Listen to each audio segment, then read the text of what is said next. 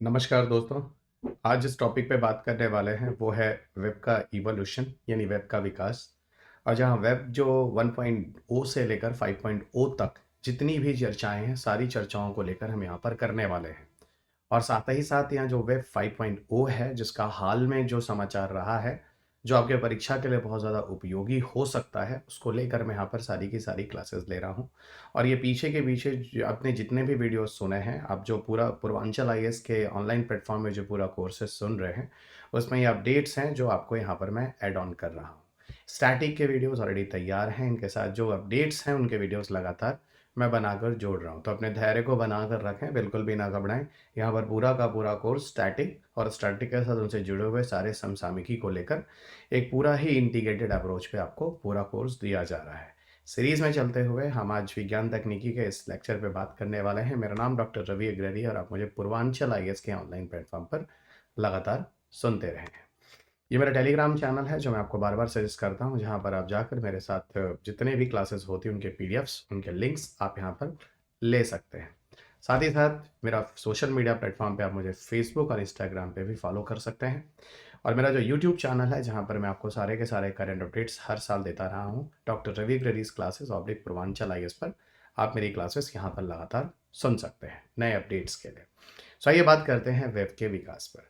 देखिए, वेब के विकास में असल में जो नया अपडेट्स आया है वो 5.0 को लेकर आया है। वेब 5.0 को लेकर आया है, जबकि पीछे के परीक्षा में आप देखें तो 3.0 पर यूपीएससी ने 2022 के प्रारंभिक परीक्षा में प्रश्न पूछ भी लिया है। आगे के समय के हिसाब से आगे का जो अपडेट है वो 5.0 है।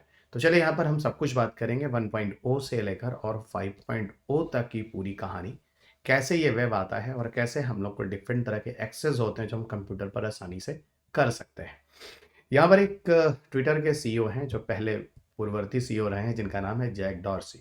जैक डॉर्सी ने एक नए प्रोजेक्ट की बात की है जिसका नाम है 5.0 और उन्होंने कहा है कि डिसेंट्रलाइजेशन के लिए वेब के लिए वेब 5.0 एक अच्छा ऑप्शन है। विकेंद्रीकृत वेब प्लेटफॉर्म है जो 5.0 है और जो समय के साथ आगे भविष्य में आगे आने वाला है। और यहाँ पर एक बात और बता दूँ, वेब 5.0 का पूरा उद्देश्य ये है कि जो भी डेटा आप बना रहे हैं, जैसे मैं ये वीडियो बना रहा हूँ तो एक मेरा अपना डेटा हो गया। फाइन, इसकी डेटा की जो पहचान होगी वो मेरी होगी, क्योंकि आज जो होता है, आज मैं क्या करता हूँ, इन वीडियोस को बनाने के बाद मैं यूट्यूब पे अपलोड कर देता हूँ, या मान लीजिए किसी एप्लीकेशन को किसी से लिया हूँ, उनको मैं दे देता हूँ उनके एप्लीकेशंस पर। तो ये सीधा का सीधा उनके एप्लीकेशन या उनके यूट्यूब पर इस तरह की चीज़ों पर चला जाता है और मेरा नियंत्रण अब नहीं रह जाता है, क्योंकि अब वो उनके साइट पर जाकर अपलोड हो गया है। तो यहाँ पर क्या होता है कि मेरा जो स्वामित्व होता है मेरे अपने वीडियोस के, वो मेरा ना होकर वो यूट्यूब या फेसबुक इन सब लोगों का हो जाता है, जिनके ऊपर ही वो डेटा डाले जाते हैं। तो यहाँ पर ये कहा जा रहा है कि वेब 5.0 के आने से अब आपका डेटा आपके पास अपनी तरीके से ही सुरक्षित रहेगा। ये व्यक्तियों के डेटा और पहचान का स्वामित्व की वापसी है। ठीक है? तो ये बहुत अच्छी चीज़ है। समय के साथ ये चीज़ आती है, तो यहाँ पर आप आपका अपना डेटा, आपका अपना राइट होगा, जिसको आप देना चाहेंगे, जिससे आप साझा करना चाहेंगे, उस तरीके से आप यूज़ कर सकते हो। और बात तो ये सही है, क्योंकि आपका डेटा है तो फिर यूट्यूब उसका स्वामित्व तो कैसे हो सकता है? या भले ही आप यूट्यूब या फेसबुक पे अपडेट करते हैं तो यूट्यूब फेसबुक उसका मालिक कैसे हो सकता है?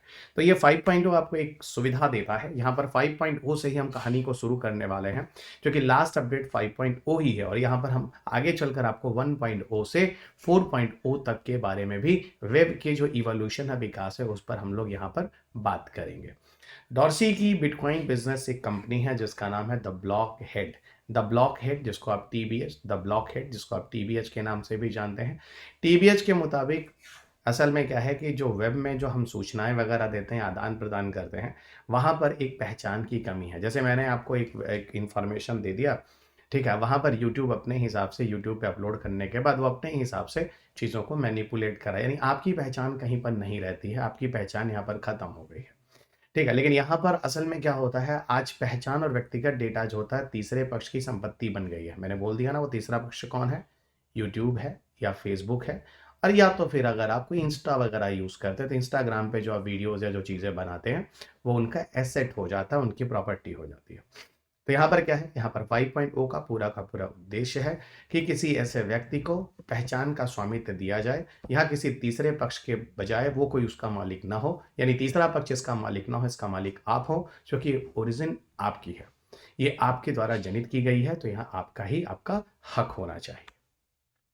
वेब पॉइंट में बहुत सारी चीज़ें हो सकती हैं, आपका आँख, कान, नाक सब कुछ यहाँ पर खुला हो सकता है। इस वीडियो को समझाने का अर्थ ये है कि आप हर तरह के जो 5 सेंस ऑर्गन होते हैं, वेब 5 पूरी तरह से सेंस पर आधारित है ना कमाल की चीज़? आपकी चीज़ों को सूझ लेता है, आपकी स आप आपके आपके आपके आपके टेस्ट को समझ लेता है ना? ये पाँचों जो सेंस ऑर्गन हैं, ये आपको यही समझाने की कोशिश कर रहे हैं। एक आपको टच के बारे में दिखा रहा है, एक आपको दृश्य के बारे में दिखा रहा है, आपको सुनने के बारे में बता रहा है, एक सूंघने के बारे में बता रहे हैं और आपको टेस्ट के बारे में बता रहा है। तो ये कहीं न कहीं ये समझाने की कोशिश कर रहा है कि वेब 5.0 आपके इमोशंस को, आपके सेंस को भी अनुभव करता है और उसके हिसाब से आप उसके हिसाब से यह कार्य को संपादित करता है। असल में वेब 5.0 है क्या? देखिए, अगर वेब 5.0 को बात करें तो जो पीछे की सीरीज़ है ना 1.0, 2.0, 3.0, 4.0 है ना 4.0 और फिर जाके आता है 5.0। तो ऐसा माना गया है कि वेब 2.0 और वेब 3.0 की गुणवत्ता जो है, जो उनकी क्वालिटी को लेकर मर्ज कर वेब 5.0 की नींव डाली जा रही है।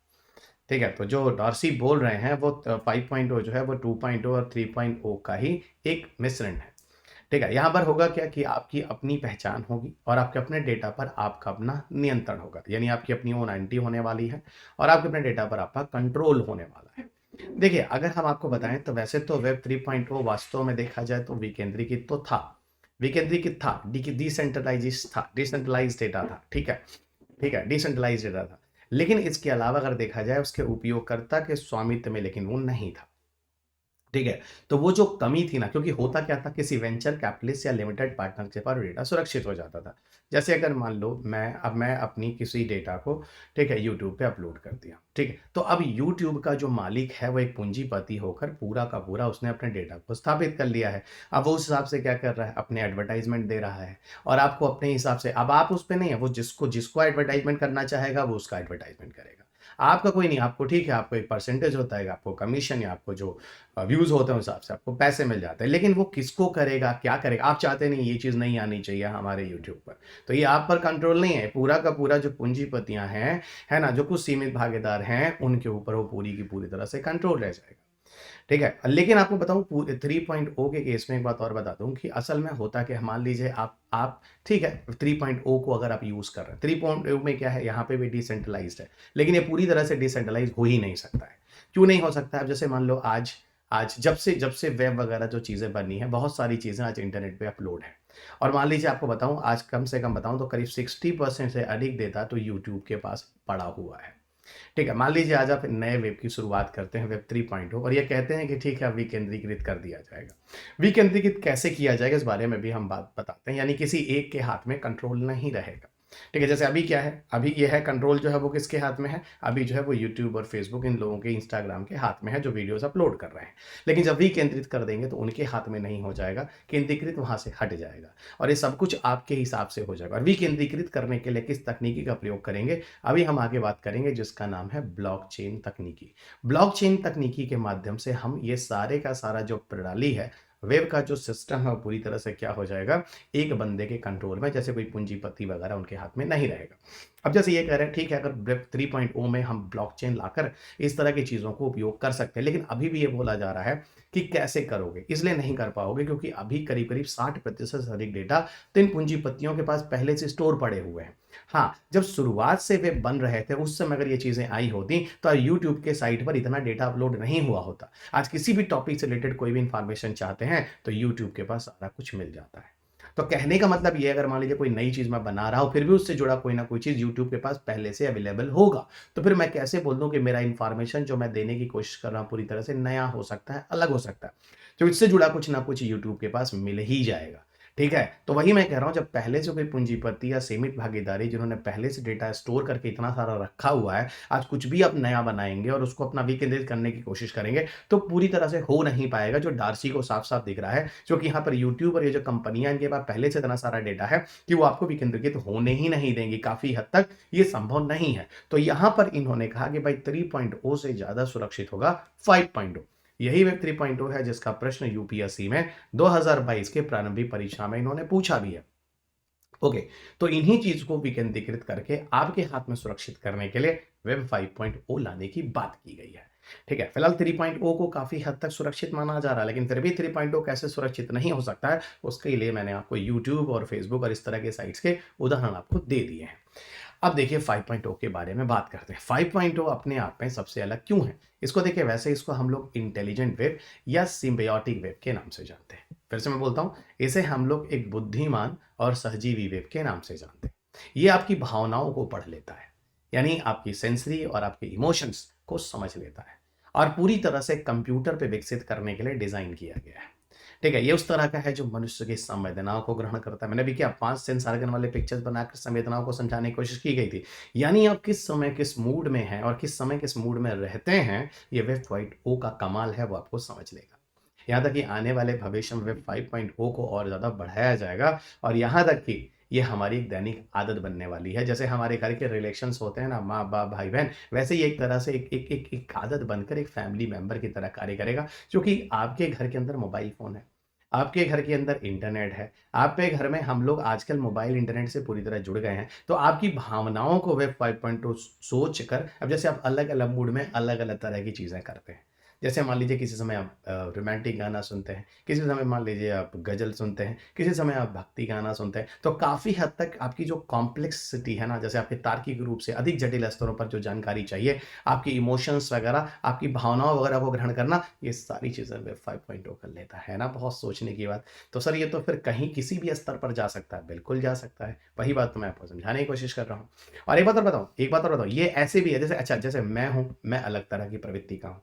आप जो विद्यार्थी मुझे सुन रहे हैं, आप में से हर हर विद्यार्थी की प्रवृत्ति अलग है। आप एक ही माँ-बाप के 4-5 भाई-बहन हैं, सबकी अलग सोचने और समझने का ढंग, सबकी अलग-अलग सूझबूझ का ढंग। तो यहाँ पर जो जिसका जिस हिसाब से ज़रूरत होगी ना, वो उसको उस हिसाब से आपको मदद करने वाला है। यानी ये किसी व्यक्ति की भावनाओं को समझ सकता है, क्योंकि हमारी भावना अलग है, आपकी भावनाएँ अलग हैं, अलग की भावनाएँ अलग हैं, अलग सोच अलग है और उसको बहुत सूक्ष्मतम स्तर पर जाकर आपको एक उचित प्रक्रिया दे सकता है। सूक्ष्म स्तर पर जाकर एक अच्छी खासी आपको मदद कर सकता है। ये पूरी की पूरी कहानी यहाँ पर समझिएगा। आगे लिए चल सकते हैं। आपको दिखाता हूँ 5.0 के लिए क्या-क्या ऐसे मामले हैं जिन चीज़ों में आपको 5.0 बहुत मज़ेदार दिखेगा। मज़ेदार मतलब जो सच में भविष्य के लिए जो चीज़ें आने वाली हैं वेब 5.0 की मदद से, उसमें क्या होने वाला है। पहला देखिए, आपकी पहचान को आसानी से नियंत्रित किया जा सकेगा। जैसे अगर आप सोशल मीडिया प्लेटफ़ॉर्म पे जाते हैं, मैंने अभी बोला किस तकनीकी के माध्यम से काम करेगा? ब्लॉकचेन तकनीकी के माध्यम से काम करेगा। ब्लॉकचेन तकनीकी क्या होती है? ब्लॉकचेन तकनीकी एक ओपन लेज़र की तरह काम करती है, ठीक है? मैंने पीछे के वीडियोज़ में आपको ब्लॉकचेन तकनीकी पढ़ाई हुई, जब मैंने आपको साइबर सिक्योरिटी पढ़ाया है, उस अध्याय में मैंने आपको ब्लॉकचेन पढ़ाया है। कूद-कूद कर वीडियो मत देखिएगा, पीछे से सुनते आइएगा।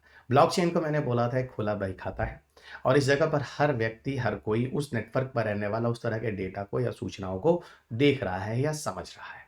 तो सीधी बात, अगर मान लीजिए जैसे हम किसी सोशल मीडिया प्लेटफ़ॉर्म पर जाते हैं, जैसे मान लीजिए हम ट्विटर यूज़ करते हैं, समझिएगा हम ट्विटर यूज़ करते हैं, ठीक है? ट्विटर यूज़ करते हैं। हमने क्या किया, एक ब्लॉकचेन तकनीकी के अंतर्गत हमने सारे के सारे अपनी पहचान के बारे में लिख दी। मेरा नाम डॉक्टर रवि अग्रवी है। मेरा education PhD plus scientist education रहा है। मेरा बैकग्राउंड ये रहा है। मैं गोरखपुर में पैदा हुआ हूँ। मेरा डेट ऑफ बर्थ, ये सारी की सारी सूचनाएँ जो मैं डाल रहा हूँ यहाँ पर, वो सारी सूचनाएँ यहाँ पर डाल दी जाती हैं।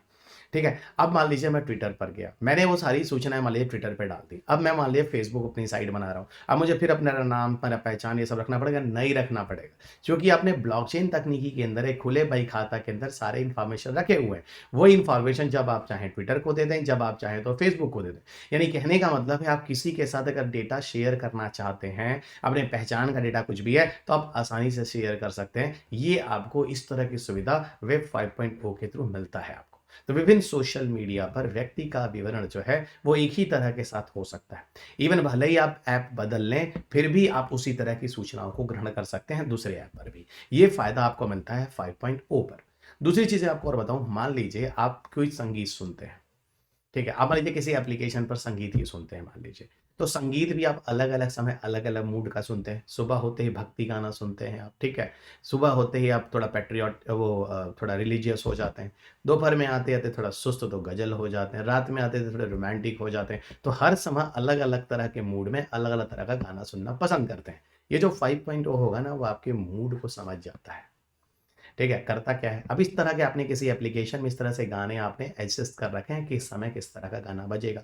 अब यहाँ पर क्या है 5.0 जो है, वो क्या करेगा आपने मान लीजिए एप्लीकेशन बदल दिया। आप मान लीजिए कोई एप्लीकेशन पे गाना सुनते एप्लीकेशन को चेंज कर दिया। चेंज करने के बाद जब आप दूसरे एप्लीकेशन पर जाते हैं, वो भी आपकी भावनाओं को समझ जाएगा और जो इन्फॉर्मेशन पहले एप्लीकेशन के पास था, वो सारा का सारा दूसरे एप्लीकेशन के पास शेयर हो जाएगा ब्लॉकचेन तकनीकी के माध्यम से, क्योंकि ब्लॉकचेन जो है एक ओपन लेजर है जिसके पास सारा इन्फॉर्मेशन आपका स्टोर पड़ा हुआ है। ठीक है, तो वही बात मैं कह रहा हूँ कि विभिन्न ऐप्स पे जो संगीत जानकारी दिए बिना भी आपके पसंद के गाने अपने आप वहाँ से बजने लगेंगे, यानी आपकी फीलिंग्स, आपके इमोशंस और चीज़ों को समझकर वेबसाइट वो काम करेगा। सोचिए कहाँ से हम लोग कहाँ मतलब जाने वाले हैं। ये देखिए यहाँ पर आपको समझाने की कोशिश की गई है। ARPANET है, जब इंटरनेट की शुरुआत होती है 1969 में, आगे चलकर फिर आपका इंटरनेट वगैरह आता है, ठीक है? धीरे-धीरे इंटरनेट आता है। आगे चलकर वेब 2.0 आता है, जिसमें ये सारे के सारे एप्लीकेशंस हैं, iTunes है, फेसबुक है, बिंग है, टम्बल है, ये सारा का सारा अलग-अलग ईयर में चीज़ें जो हैं वो लाई गई और सबके पीछे जो कहानी है, यहाँ देखिए जब वर्ल्ड वाइड वेब आता है, ये सारी की सारी चीज़ें जो हैं आगे आनी शुरू हो जाती हैं, ठीक है? अब यहीं पर मैं आपको थोड़ा और लिए चलता हूँ, यहाँ पर आपको एक डिफरेंस समझाने की कोशिश की गई है, ठीक है? अलग-अलग समय में अलग-अलग चीज़ों का इवोल्यूशन जब हुआ है। अब आपको हम शुरू से लिए चलते हैं वेब के डेवलपमेंट पर। देखिए, वेब जो पहला वेब आता है वेब 1.0 जिसे हम किस नाम से जानते हैं? रीड ओनली वेब के नाम से जानते हैं। यहाँ पर ये 1991 में लाया जाता है। असल में इसका काम क्या होता है? बिल्कुल ये एक ऐसा वेब होता है, ठीक है? वेब वेब पेज ऐसा वेब होता है जहाँ पर सिर्फ़ और सिर्फ़ आपको एक न्यूज़पेपर की तरह काम करता है। जैसे न्यूज़पेपर में सारे इन्फॉर्मेशन होते हैं ना, वैसे ये न्यूज़पेपर की तरह काम करता है और यहाँ पर आप कोई बदलाव नहीं कर सकते हैं। बट डिफ़रेंस ये है कि डिजिटल टाइप का न्यूज़पेपर है जो ऑनलाइन प्लेटफ़ॉर्म पर जाकर आप देखते हैं। लेकिन इसमें कोई भी जुड़ाव या कोई भी बदलाव आप नहीं कर सकते हैं। इस तरह का वेब जो दुनिया में सबसे पहले 1991 में लाया गया कंप्यूटर सिस्टम में, वो वेब 1.0 या रीड ओनली वेब के नाम से जाना गया। जितनी इन्फॉर्मेशन है उतना आप जानिए, इसमें आप ना तो इसको साझा कर सकते हैं, ना शेयर कर सकते हैं, ना इसमें कुछ बदलाव कर सकते हैं। लेकिन वहीं पर 2.0 तक आते-आते क्या हुआ है चीज़ें, हम आपको दिखाते हैं। 2.0 आते-आते क्या हुआ है, यहाँ पर रीड होने के साथ-साथ अब आप राइट भी कर सकते हैं। और आज जो आप सोशल मीडिया प्लेटफ़ॉर्म देख रहे हैं ना, आज जो आप वेब यूज़ कर रहे हैं पूरा का पूरा, वो सोशल वेब जो है वो वेब 2.0 ही है। यहाँ पर उपयोगकर्ता अपने सर्वर और अन्य उपयोगकर्ताओं के साथ संवाद करने में सक्षम थे। ओके, इसीलिए इसको सोशल वेब भी कहा जाता है। ठीक है? और यहीं से हम बताएँ तो वर्ल्ड वाइड वेब है जिसका आज हम उपयोग कर रहे हैं। आज हम जो भी अब जैसे फ़ेसबुक पर जाते हैं, वहाँ जो डेटा है उसको आप रीड भी कर सकते हैं, राइट भी कर सकते हैं, कमेंट भी दे सकते हैं, दूसरे का शेयर भी कर सकते हैं। ये जो वेबसाइट है जिस पे इस तरह की फैसिलिटी आपको मिल रही है, ये वेब 2.0 की फैसिलिटी है। अब यहीं पर बात करते हैं वेब 3.0 के साथ क्या है? वेब 3.0 जो आगे भविष्य में लाया जाएगा। इसे हम सिमेंटिक वेब के नाम से भी जानते हैं। सिमेंटिक यहाँ पर आप क्या करते हैं, सिर्फ रीड और राइट ही नहीं करते हैं, अपने साथ उसके साथ उसमें आप एग्जीक्यूट भी कर सकते हैं, अपने हिसाब से उन चीज़ों को मैनेज भी कर सकते हैं। ठीक है? ये एक तरह से एक बेडरॉक की तरह काम करता है ना, जहाँ के बाद आपको पूरा सहारा मिलता है और इसी के बाद आप इन चीज़ों को किसी के साथ चाहें तो शेयर करें या ना करें। उसके पीछे पूरी की पूरी जो तकनीकी है वो क्या है, ब्लॉकचेन तकनीकी पर आधारित है, जिसका लाभ उठाकर इसे बनाया गया है। और इस तरह की तकनीकी में आपको किसी थर्ड पार्टी की ज़रूरत ही नहीं होती, किसी मध्यस्थ की आवश्यकता नहीं होती, एक दूसरे के साथ बातचीत करने में ये सक्षम है। यहाँ डेटा का पूरी तरह से विकेंद्रीकरण है, यानी किसी एक के हाथ में डेटा नहीं रहता है और डेटा आपके कंट्रोल के हिसाब से रहता है। ठीक है, अब बात होती है 3.0 कैसे चीज़ों को विकेंद्रीकरण करेगा, कैसे चीज़ों को समझेगा। तो 3.0 में ये कहा जाता है पूरी तरह से कृत्रिम बुद्धिमत्ता जैसी चीज़ों को, मशीन लर्निंग जैसी चीज़ों से पूरी तरह से उपयोगी होगा। यानी ऐसा कंप्यूटर, ऐसा प्रोग्रामिंग करेंगे जो आपके डेटा को आपके पास ही स्टोर करके रखेगा, जिसमें एआई और मशीन लर्निंग जैसी तकनीकों का प्रयोग किया जाएगा। एआई और मशीन लर्निंग आपको आगे के लेसन में समझाऊँगा किस तरीके से आपके पूरे एआई और मशीन लर्निंग प्रक्रियाएँ कार्य करती हैं। आपको लिए चलता हूँ एक और वेब के बारे में जिसे हम वेब 4.0 कहते हैं। 5.0 पे हमने आपको काफ़ी चीज़ें बता दी, ठीक है। देखिए वेब 4.0 जो है, ठीक है, आपको साफ-साफ बता दूँ, ये कुछ और नहीं है, इसे हम मोबाइल वेब के नाम से जानते हैं। वेब 4.0 को हम मोबाइल वेब के नाम से जानते हैं। असल में है क्या, समय के साथ-साथ लोगों के पास मोबाइल कनेक्शंस बहुत ज़्यादा आ गए हैं। तो अब एक नए युग में क्या हो रहा है कि मोबाइल वेब युग की बात हो रही है। यानी सब लोग वेबसाइट वगैरह हिसाब से बना रहे हैं कि भाई ऐसा है कि वो सिर्फ कंप्यूटर या लैपटॉप पर ही नहीं, वो मोबाइल फ़ोन पे भी एक्सेस हो सके। तो कुछ और नहीं है जो कि समाज में स्मार्ट घड़ियाँ, स्मार्टफ़ोन इस तरह की चीज़ें जो आ रही हैं, उसके लिए जो वेब 4.0 है इसे मोबाइल वेब युग के नाम से जाना जाता है। तो ये चीज़ थोड़ा-सा ध्यान रखिएगा, वेब 4.0 में कुछ और नहीं है, सिर्फ़ यहाँ पर पूरा वेब का एक्सेस आपके मोबाइल फ़ोन में उसी तरीके से हो जा रहा है, ठीक है?